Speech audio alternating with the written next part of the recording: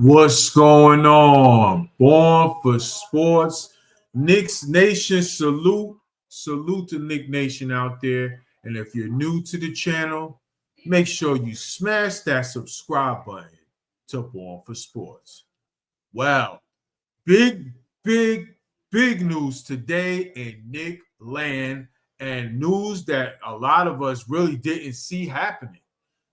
Breaking news broke today. The Knicks have fired Tom Thibodeau, Coach Thibodeau. Well, this is a move that I did not see happening. I thought that with the Knicks getting to the Eastern Conference Finals this year, beating all the world champion Boston Celtics on their way to the Eastern Conference Finals, I should say, that it was a good percentage that Tibbs would be back coaching the New York Knicks at least for one more year. Now, coming into this season, there were high expectations from the front office, from Knicks fans. And even though during the season, when there was some games that the Knicks did not do well against in head-to-head matchups against the elite teams, hey, there was a lot of talk out there that maybe Tibbs was in trouble. But the Knicks wrote the ship, and they made a nice, one of the best runs in Knicks history in the last 25 years to get to the Eastern Conference Finals. There was some talk out there that it's not a done deal that he'll be back, but most likely he will be back. Well, today's news showed that this was something that was in the works behind the scenes, and basically we just didn't see the how serious the gravitation of this possibility really was as Nick Nation. I mean, Tibbs has his tractors out there. There's people that don't like Tibbs. There's people that do like Tibbs.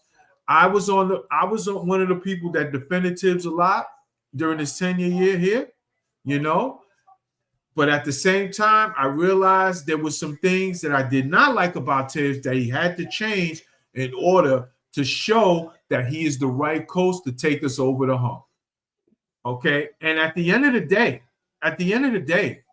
Tibbs has had the track record for his entire career as being the guy that'll take you to a certain depth of where you are as an organization, but has not shown he can be the coach to get your team over the top.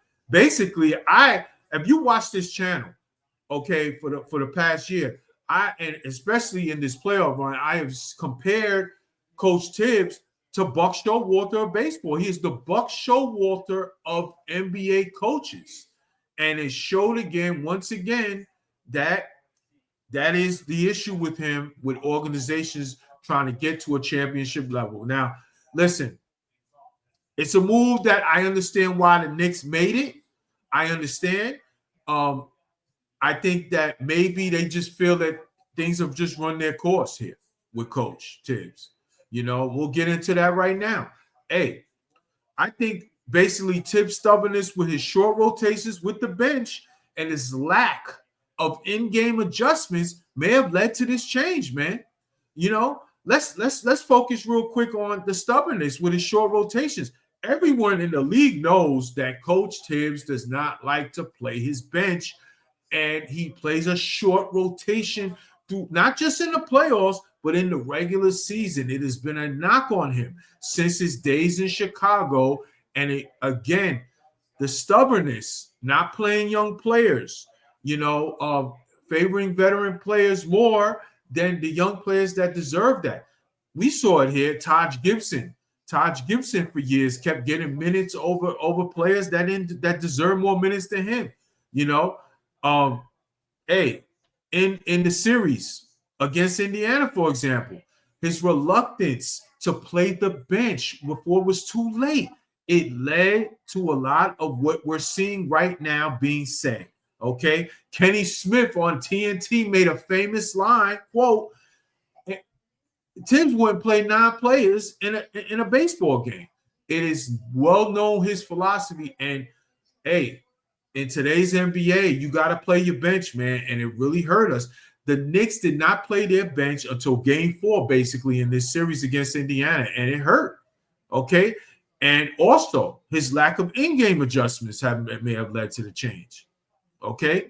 But before we get to that part, I want to read a quote that we saw that maybe just went over the head of us, Knicks fans, and may have shown slightly, but surely, little by little, the cracks in the foundation of support by the locker room for Tibbs.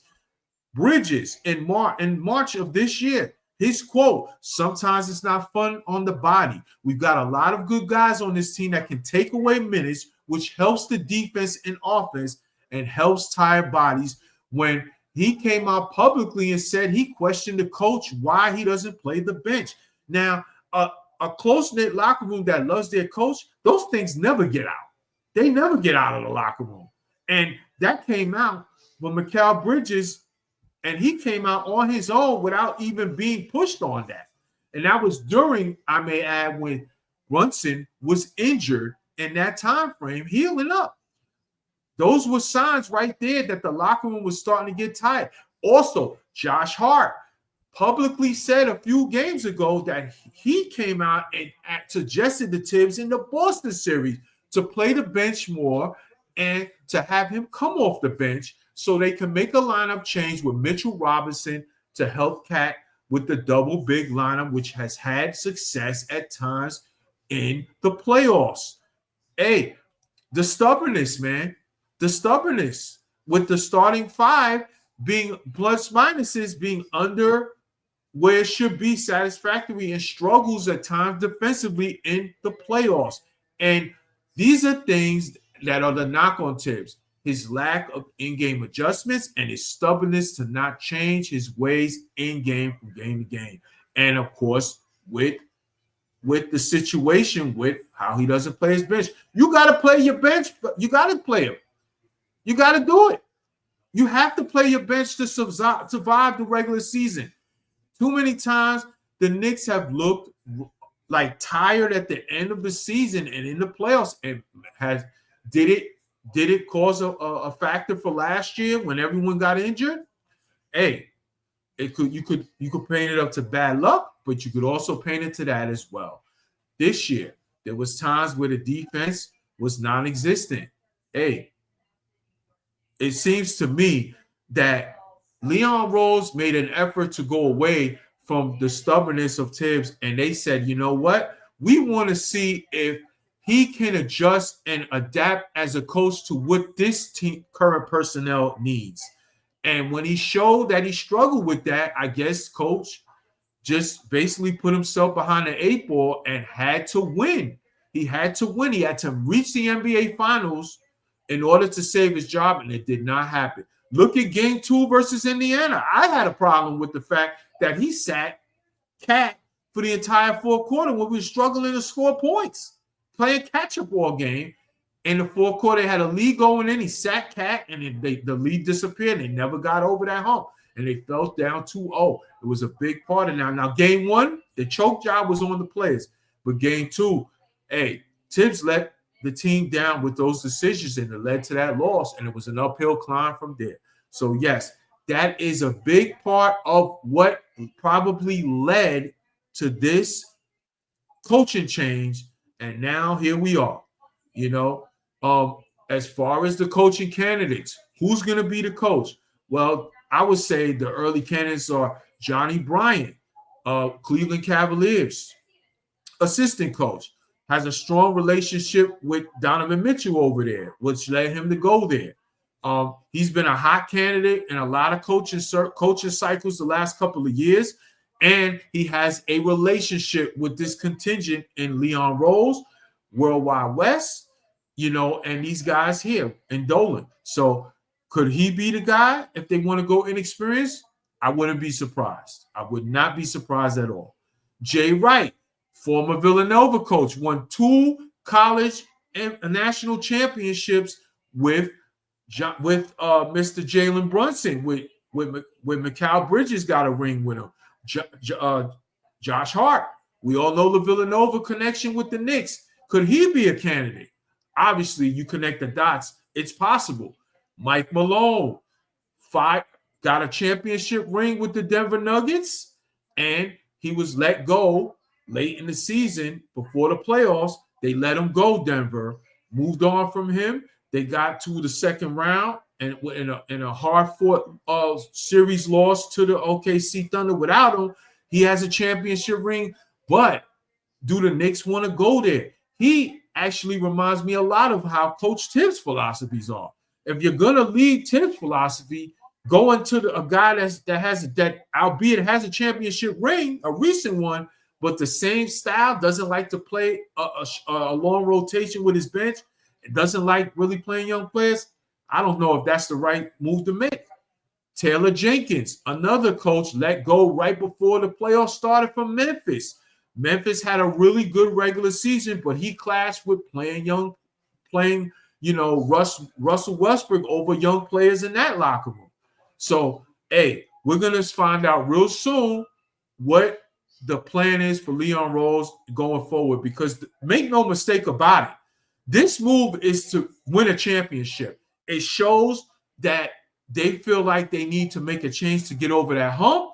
They know they have a roster that's in the way to doing that. They got to the Eastern Conference Finals, but they don't think that Tibbs is the right guy to get over the hump, which is why the Bucks show all the comparison here. Now it's up to Leon Rose to find the guy. It's to find the guy to get that done. And we will see soon. I doubt that very seriously that they made this move without having a guy that they are targeting in mind. We will find that out soon. So in closing, I want to say thank you to Coach Tibbs. Listen, a lot of people have their opinions on him. The facts are the facts. He helped bring this Knicks franchise out of the doldrums along with Leon Rose. He was the only coach that Leon Rose has hired to be the head coach of this team. And he played a big part of bringing us out of the abyss. Shout out to Coach Tibbs. We thank you for your services. But we will see now what the Knicks do going forward to get that world championship that we long desired and need. Knick Nation, salute. Let me know how you feel about this move of letting Tibbs go in the comments. And who do you want to be the next head coach of the New York Knicks to take them over the top? And don't forget to like and subscribe to Born for Sports. Let's go Knicks.